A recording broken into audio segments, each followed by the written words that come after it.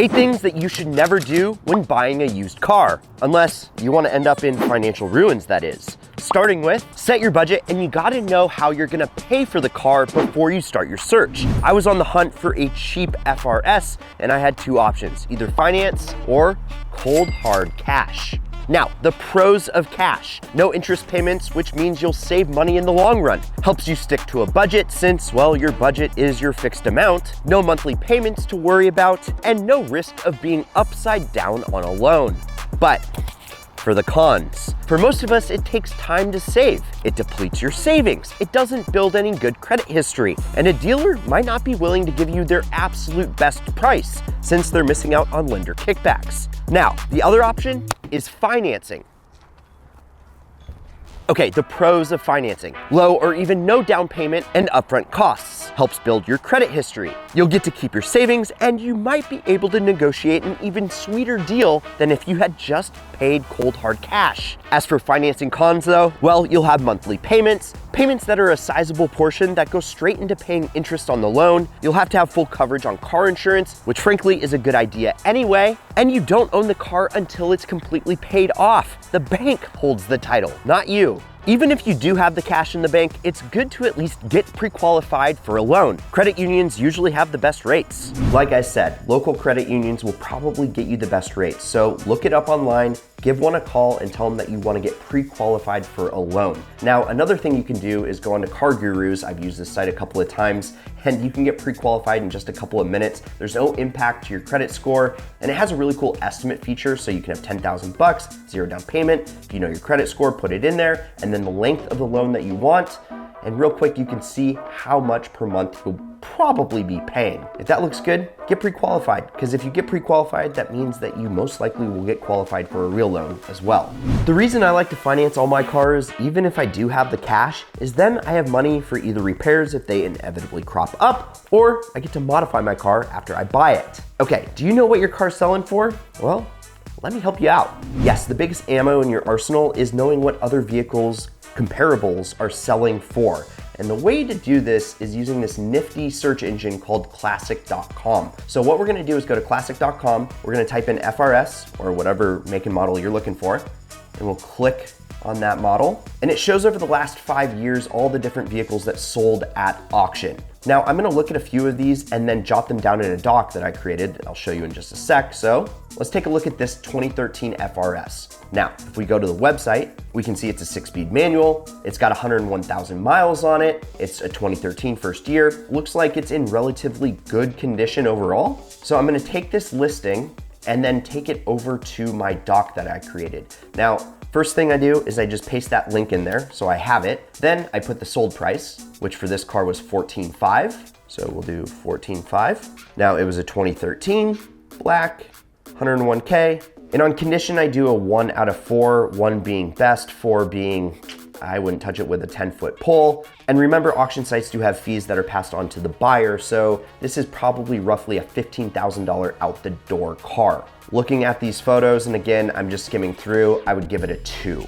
Perfect. Now I'd go back to classic.com, I'd find a couple other comps as well, like this one here, go to the website and do the process all over again. The more comps that you have, the better idea you're gonna get for that ideal target price that you're gonna wanna pay for your FRS or whatever car you're looking for. But by doing this, it'll give you a very good grasp on the market as a whole, and you'll have a better idea of what you should be paying. Now, if you do find a car that's out of your area, become a private investigator. Google the seller's name. Enter the VIN of the car into Google and see what pops up. Search their Instagram, their Facebook. Heck, even reverse image look up the sales photos. Do anything and everything that you can get some intel on that car, because the more you know, especially buying sight unseen, the better. Plus, with smartphones these days, you can easily FaceTime with the seller to do a virtual inspection on the car. So let's call the seller. All right, let's give him a call. Hello. Oh, hi. My name's Brad. I was the one that was texting you about the FRS. Oh yeah, that old thing. I happen to be next to it right now. I was watching that new Jason Camisa video up here. He makes some pretty good videos on YouTube. But anyway, here's the car. There's a kind of a bad chip right there. It's starting to rust. These wheels are, they're wheels. This is a little faded. I think a shopping cart just full sent it into this door right here. Oh my God. It's seen better days. It's got some miles on it, but I think I'm asking a fair price is all I'm saying. Yeah. Would you be open to a pre-purchase inspection? I've done this plenty of times, and the better questions that you ask, the better results you're gonna get. So ask all the questions. Now, if you like what you see on FaceTime, this isn't sponsored, but I've used companies like Lemon Squad, who will come and inspect your car and take a bunch of photos for you and give you a full diagnostic report on the condition of the car, anywhere in the country, anytime. And it's only a couple $100. I've used them multiple times with great results. A lot of times the best deals aren't gonna be near you, so put your big boy pants on and expand your search. You know where the best place to find your next ideal car is? Well, it could be anywhere. Best practice is to search all the marketplaces, and here's how I do it. Okay, so here we are again on that dock of sold listings, but now below the sold listings, we're gonna have FRS opportunities. We're gonna be filling this out so we can compare and contrast the cars that are available with the ones that sold, and so we can figure out what we should pay for them.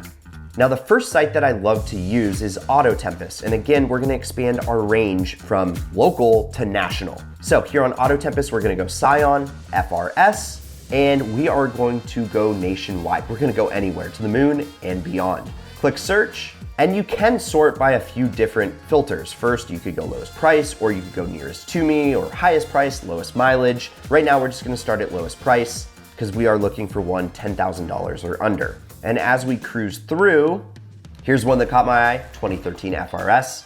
Looks stock. Does it have the manual? Yes, it does. Okay, let's put this in the chart. Price is $11,500. It's black, 103,000. Condition, I'm gonna give it a 2. And location is in Atlanta.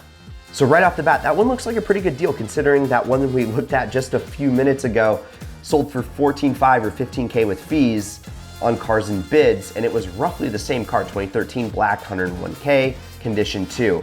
Real quick, you'll start to see what's a good price. Now, my ideal target price for this, I'd say $10,000 because why not, you know? Let's work them.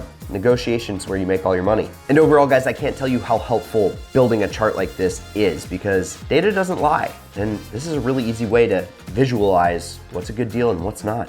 Now, I am no mechanic. In fact, I have 2 left hands, but here are a few things that you can do with no mechanical experience to make sure that that new car that you're gonna maybe buy is worth a pre-purchase inspection. Obviously, if the car is out of state or too far away to travel, this is gonna get a little bit tricky. But this is where you might be able to lean into the car community a bit and ask if there's anyone local that's familiar with the brand and model that can take a look for you. It's actually pretty easy. And if you ask, you'll probably get an answer and someone will go look at the car for you. Now, if you're lucky enough to see it for yourself, note anything wrong on your phone for bargaining power later on. Inspect the car's body, focusing on the front fenders. Look for VIN stickers under the hood, on fenders, inside the trunk, on doors. Missing stickers suggest repainting or replacement, hinting at a possible accident. Virtually every car has either stickers or stampings or some kind of indication a part is OEM, so do your research up front. A clean Carfax report with missing stickers could mean cash repairs. Always verify sticker locations for make and model before confronting the seller. I mean, at first I was a little confused because it says Subaru right here. It says Subaru right here? And I thought this was off a Subaru as well. And even some mechanical things, which I don't even know what that does, but just kidding. I mean, that's actually just the way these things are built. Check the driver's side door jamb for a large VIN sticker detailing the car's specifics. If the sticker feels raised compared to the paint, it's original. If it feels lower or flush, it's likely aftermarket. Snap a photo of the VIN and run a Carfax. Now, the Carfax can give you some good info, but it is not law. This is for this FRS, and as you can see, it had 2 previous owners, has no accident or damage reported, and as you scroll through, no damage brands, no odometer brands, and as you go through a Carfax, you can see things like when it was serviced, like here, 9/21/2012 at the Downtown Auto Center at 10,000 miles, what was performed, and it gives you a really good idea of some of the stuff that was done to the car over the life of this vehicle. But again, if someone paid cash for a repair, it wouldn't hit the Carfax and it wouldn't show up here. So clean Carfax, but who knows for real? We gotta look at it a little bit closer.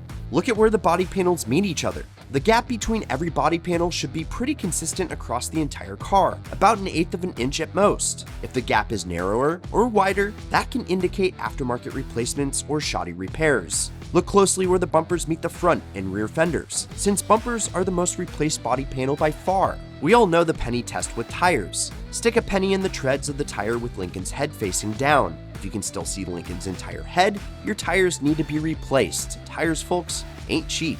Okay, brakes. Feel if the rotors are smoothed or grooved. Smooth is good, grooved is not so much. Go around the car to each corner and give a nice firm push down on each corner. The car should bounce up and rebound one time pretty quickly. If it doesn't, like it keeps bouncing around, the shocks are either failed or on their way out the door. Okay, use that nose your mama gave ya. Does it smell like smoke or mildew? Smoke is hard to get out. Mildew could mean it had a leak or it was flooded at some point. Both are not great. Now, plug in your OBD2 reader. Check for any codes or incomplete system checks, which can uncover potential issues and scams. No fault codes or incomplete system monitors likely mean someone just cleared the faults, which unfortunately, clearing a check engine light without actually doing any repair pretty much never fixes the car. At least it never worked for me. While inside, dig deep for your inner child and press all the buttons inside. Windows, power mirrors, blinkers, seat controls, the radio. Crank it up to see if speakers crackle or buzz. If there's anything that could be broken, see if it works. Now, turn the ignition to run. Do all the dash lights turn on? Well, they should. Merry Christmas. So if one doesn't, it means it's burnt out or covered up, and that ain't good.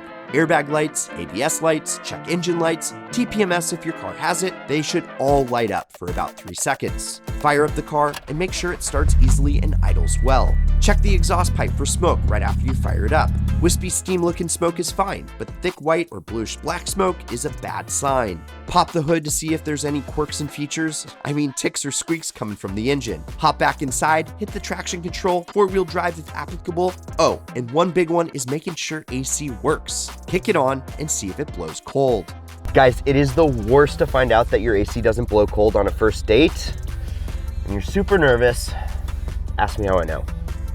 Finally, and again, if you're like me, you're not a mechanic, but look things over for leaks. The engine should be dry, not oily or wet anywhere, and definitely not dripping anything unless you've got the AC on. Well, everything's checked out so far, so now it's time for a test drive. Drive around at city speeds with the radio off and listen for any unusual noises. If it's a manual, make sure it shifts into every gear easily, including reverse. If you get grinding and you just don't suck at driving a stick, synchros in the transmission or the clutch might be wearing out. Shift to fourth at around 20 miles per hour and accelerate hard. If the RPMs increase but speed doesn't, it means your clutch is slipping. Take your hands off the wheel and see if the car goes straight. Hit the brake hard and see if the car stops straight. Again, make mental notes of anything that is off to negotiate for later. Get up to freeway speed and see if cruise control works. Complete your test drive and write down any concerns you have in your phone. Any clunks, rattles, squeaks, vibrations, note everything. Always negotiate, otherwise you're gonna leave money on the table. Okay, so you have cash or you're pre-approved for financing and you're ready to make a deal. For this FRS, my ideal target price is $10,000. The seller is here. Oh yeah. So let's make a deal. And first, always ask the seller what their bottom number is on the car. Okay, so I love the car. I know you're asking $12K, but with the PPI coming in, it can't be done today. What's the lowest that you'll take on this car? Yeah, the PPI showed it needed a couple grand worth of work. Could you do 11? Okay, so he's already knocked off $1,000. Why don't we go for more? You know, I was thinking like 9 grand. That's less than I could do. Could you do 10? Perfect, we already got him to my target price, so let's go for the dagger. Okay, how about 9,500? We'll meet in the middle. You got a deal? Woo. Holy shit, is that a deer? Dude, I hate deer. Yes, Bambi. Bambi decided to come to the car sale. Oh yeah, it's mine, baby, it's mine. So, car buying can be really tricky even for pros. That's why we created a brand new free workshop that we've linked to down below so you can get the best deal on your next car, period. Link below. If you enjoyed the vid, like, subscribe, turn on that notification bell, and check out these Ideal vids over here. I'm Brad, this is Ideal. We'll see you next week, and promise me one thing, keep living the Ideal lifestyle. My name is Brad, I was the one that was asking you about the FR. Hey. Dude, I'm sorry. You gotta do it. No. Oh my god. No, you gotta do it. You gotta do it. No, let's do I've never laughed this hard in my life. Oh my god. it.